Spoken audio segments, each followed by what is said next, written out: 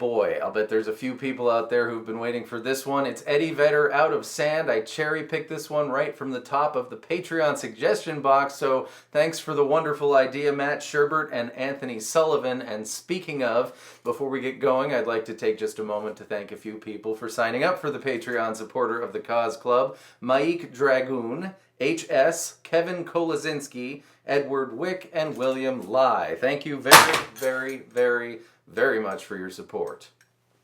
And if you would like to find out what that's all about, you will find the link in the description.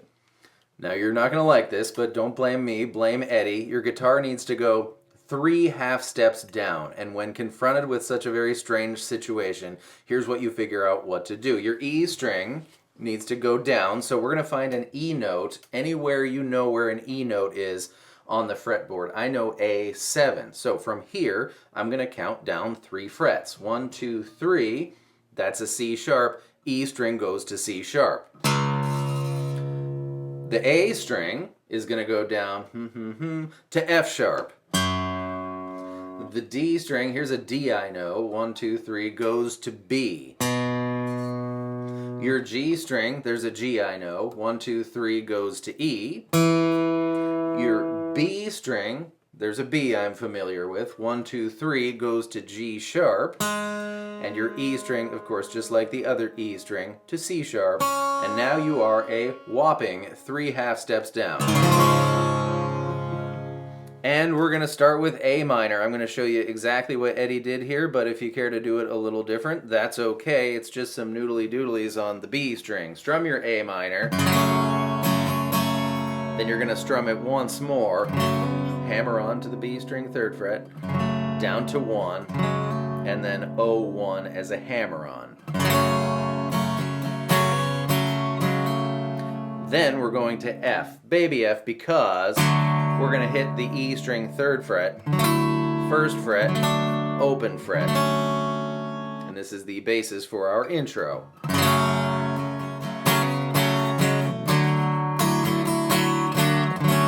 A minor just the same. F just the same. But there's one extra F. It's like an addendum. We're going to hammer on from 0 to 3. And then 3, 1, O. So those last 2 Fs.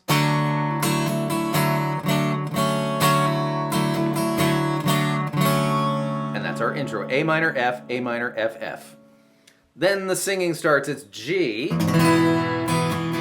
and G7, followed by C with a walk down to A minor. So from your C, lose your ring finger and put your middle finger on A2. This chord has a fancy name. We can think of it as C major 7 with a B in the bass, or simply the chord that comes in between C and A minor, because that's the only time you ever play it. C, walk down chord, A minor. And on all these A minors you can or anytime you want. So far we have G, G7, C with the walk down, A minor, I chose that, D minor, watch the pointer finger, then here's a chord, it's G7 with a B in the bass. From D minor, all you do is put your middle finger on the A string 2nd fret. Same thing on the E string, and then our C walk, which is awfully like an E walk, C walk, down to A minor. We're going to D minor again, but this time you must be vigilant and play D minor with your pointer, pinky, and middle fingers, because after we, right off the E string, now we're going to turn it into D minor 7 with a C in the bass, which means ring finger goes to A3, everything else stays the same, and on the E string, and then it's our G7 with a B in the bass, so lose the ring finger and middle finger goes up to A2. You're going to do this twice. I'll do that much. G, G7, C walk, A minor, D minor,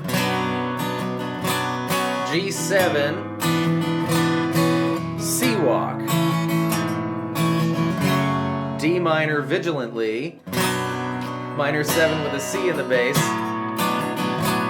G7, one more time, is the verse. Then it's F. C. You can, he does, F, C,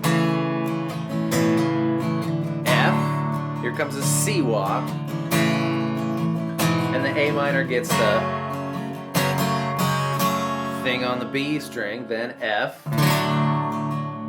and C, with, followed by, that was all in the D string, 3, 2, 0, 2, that's your chorus. Then you do your verse again and your chorus again, and then we're into the bridge, which is E major, the one with the pointer finger, 2 measures, and you can, he does.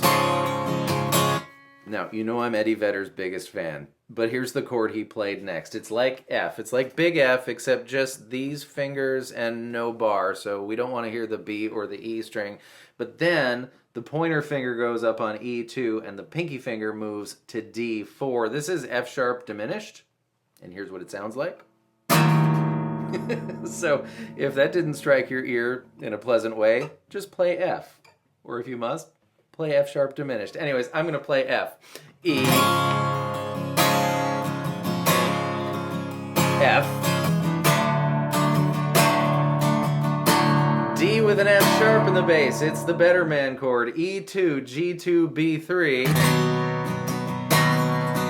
And then we're into the G7, which means you do the verse again. I need to stay on that point of the F sharp diminished for just a moment here. It's not that that's a bad chord, but the logic of his bridge is really, really cool. He's rising up on the E string from open with the E, right? And then he skips over 1 to go to 2 as he plays his F sharp diminished. And then the D with the F sharp in the bass has the same 2, so I don't know, I think it's more fun to go open, 1, 2, 3. It's a nice chromatic, not skipping any notes, into the grand finale of the bridge. That's why I'm going to play F. You should do whatever you want to do. When you get to the last verse, which you're now in, when you make it to the D minor 7 with the C in the bass, you're going to do these 3 measures several times. I think it's 3. You'll know if you did too many because Eddie will have moved on. But it's going to be the D minor 7, 2 G7s, and then repeat back from the D minor 7 and the 2 G7s. However many times that happens. You'll know because he'll land on F for the chill part. And at the very end, the outro is just F and C. Whole bunch of times. Until you do the C walk and end it on A minor. So happy to bring that one to you. You'll notice my guitar was awfully jangly. If you're going to spend a lot of time 3 half steps down or even 1 whole step down, get some thicker strings. There's your tip for the day. Thank you so much for being here. I hope that was fun and helpful, and I will see you next time with more stuff. Goodbye. Listen, as guitar players, we are always searching for that special tone that we hold in our mind's earballs. And I'm very excited to share with you the Guitar Pedals 101 course from Wampler Pedals. And it's probably not what you think. Rather than being about multitudinous arrays of pedals, it walks you through the various points in the signal chain from guitar to pickups to amp to cabinets that influence how pedals respond.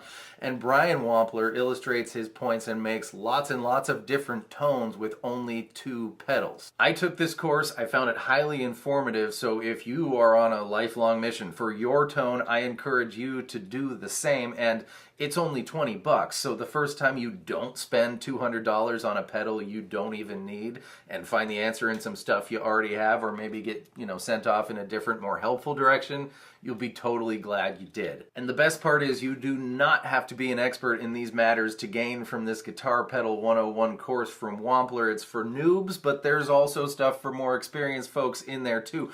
I owned 0 pedals 5 years ago, true story, and now Miss Poopadoop and I are obsessed. I wish I'd have found this course 4 3/4 years ago. It would have saved me a lot of brain power and energy. So check out the link in the description.